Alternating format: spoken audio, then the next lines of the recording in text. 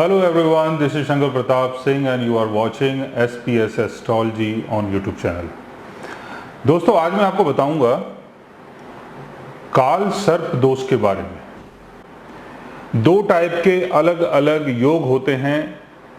एक को हम बोलते हैं काल सर्प दोष और एक को बोलते हैं अमृत योग। तो अमृत योग और काल सर्प दोष कैसे बनता है? आपके राहु और केतु के बीच में, जैसे आपका राहु अगर यहां पर है और केतु अगर यहां पर है और इसके बीच में अगर सारे ग्रह आ जाते हैं तो इसको बोलते हैं काल सर्प दोष। यानी अगर आपका राहु सेकंड हाउस में है, केतु 8th हाउस में है और सारे ग्रह अगर इसके अंदर आते हैं तो उसको बोलते हैं काल सर्प दोष। लेकिन अगर आपका राहु यहां पर है, केतु यहां पर है और सारे ग्रह अगर इस तरफ आते हैं, यानी केतु से स्टार्ट होते हैं और राहु में जाके खत्म हो जाते हैं, तो इसको बोलते हैं काल अमृत योग।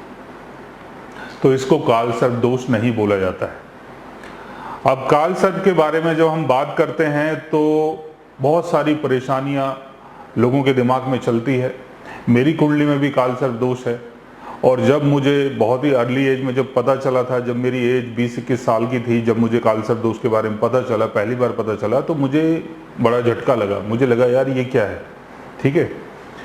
तो उसको जानने के बाद बहुत दिनों तक मैं परेशान रहा हूँ, मेंटली मैं परेशान रहा हूँ और कहीं ना कहीं वो काल सर्प दोष जो मेरी कुंडली में था उसी ने एस्ट्रोलॉजी की तरफ जो मेरा इंटरेस्ट है वो बढ़ाया था। यानी एस्ट्रोलॉजी की तरफ जो मैं बढ़ा हूँ, जो एस्ट्रोलॉजी जो मैंने सीखी है वो मेरी कुंडली के काल सर्प दोष के कारण सीखी है। मुझे लगता था यार मेरी कुंडली में काल सर्प दोष है तो कहीं ये ना हो मेरी अकाल मृत्यु हो जाए, मैं जल्दी मर जाऊँ, ठीक है। ये सारे डर मेरे अंदर चलते थे और पता नहीं मेरे साथ क्या होगा। क्योंकि बचपन में जब आप छोटे होते हो और आपको अगर कुछ ऐसी चीजों के बारे में पता चलता है तो नेचुरल सी बात है कि आपको अंदर से डर लगेगा। तो आपके चार्ट में भी काल सर्प दोष हो सकता है, लेकिन काल सर्प दोष कुछ भी अगर आपके चार्ट में बन रहा है तो उसकी अगर आप शांति करवाते हैं, नहीं करवाते हैं, तो उससे ज्यादा कोई फर्क नहीं पड़ता है। राहु कहीं भी आपके चार्ट में है, चाहे काल सर्प दोष आपके चार्ट में बनता है या काल सर्प दोष नहीं बनता है, राहु कहीं भी अगर आपके चार्ट में है तो 42 की एज तक राहु आपको उस हाउस से संबंधित चीजों को लेकर परेशान रखता है। केतु कहीं भी आपके बर्थ चार्ट में कहीं भी बैठता है, 48 की एज तक केतु आपको उस हाउस से संबंधित चीजों को लेके समझने नहीं देता है, बाद में आपको उन चीजों से सेपरेट कर देता है। और आपका जो कंफ्यूजन है वो उस हाउस से संबंधित चीजों को लेके बना रहता है। जैसे केतु अगर 7th हाउस में है तो जो आपका लविंग पार्टनर है, जो आपका लाइफ पार्टनर है, जो आपका बिजनेस पार्टनर है, उसको लेके बहुत सारी प्रॉब्लम चलती हैं। उसके साथ रहना है कि उसके साथ नहीं रहना है, उसको छोड़ना है कि उसको नहीं छोड़ना, ये सारी चीजें 48 की एज तक चलती रहती हैं और बाद में आपका सेपरेशन होता है। और राहु जहां पर बैठता है उन चीजों की चाहत हमारे मन के अंदर बढ़ जाती है, उन चीजों की डिजायर हमारे मन के अंदर बढ़ जाती है। हम उन चीजों को पाना चाहते हैं, अचीव करना चाहते हैं, हासिल करना चाहते हैं और 42 के बाद हम उन चीजों को हासिल कर पाते हैं। तो आपके बर्थ चार्ट में काल सर्प दोष बन रहा है, काल सर्प दोष नहीं बन रहा है, उससे कोई फर्क नहीं पड़ता है।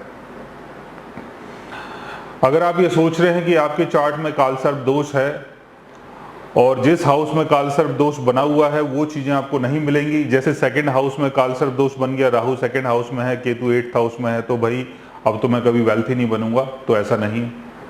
फर्स्ट हाउस में काल सर्प दोष बना हुआ है, राहु फर्स्ट हाउस में है, केतु 7th हाउस में है, मुझे कभी नाम फेम नहीं मिलेगा, ऐसा नहीं। 4th हाउस में काल सर्प दोष बना हुआ है, राहु 4th हाउस में है, केतु आपके 10th हाउस में है, मुझे कभी घर नहीं मिलेगा, घर का सुख नहीं मिलेगा, मेरे पास कभी महंगी महंगी गाड़ियां नहीं होंगी, तो ऐसा नहीं है। 10th हाउस में काल सर्प दोष बना हुआ है, राहु 10th हाउस में है, केतु 4th हाउस में है, मुझे कभी पब्लिक विजिबिलिटी नहीं मिलेगी, कभी मेरा जो कैरियर है वो बिल्कुल अच्छे ट्रैक पे नहीं आएगा, मुझे सामाजिक तौर पे कभी सम्मान नहीं मिलेगा, तो ऐसा नहीं है। शुरुआती जीवन में आपको परेशानी होगी। राहु आपको 42 की एज तक परेशान करेगा, केतु आपको 48 की एज तक परेशान करेगा, लेकिन वो परेशानी ऑटोमेटिकली धीरे धीरे करके आपकी खत्म हो जाती है। तो काल सर्प अगर आपके बर्थ चार्ट में बन रहा है तो काल सर्प को लेके जो भी भ्रांतियां आपके दिमाग में चल रही हैं, जो भी उलझने आपके दिमाग में चल रही हैं, अगर आपको सोच रहे हो कि मेरी कुंडली में काल सर्प दोष बना हुआ है, अब तो सब कुछ खत्म हो गया, अब मैं कुछ नहीं कर सकता, अब तो मुझे पूजा करवानी पड़ेगी, तो हकीकत ये नहीं है, हकीकत कुछ और है। अगर आपके बर्थ चार्ट में काल सर्प दोष बना हुआ है तो उसकी जो सबसे अच्छी रेमेडी ये है कि आप गरीब लोगों की मदद करें।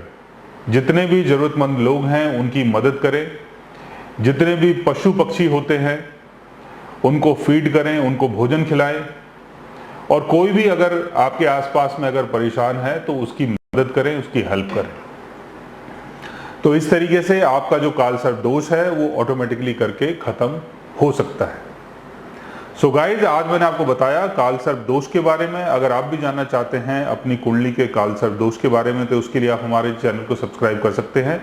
और अगर आप हमसे बात करना चाहें या कंसल्ट करना चाहें, पर्सनली हमसे मिलना चाहें, तो आप हमारी वेबसाइट के थ्रू हमें मेल कर सकते हैं, मैसेज कर सकते हैं, और गाइज आप हमसे बात भी कर सकते हैं। So guys, take care, love you all and good bye.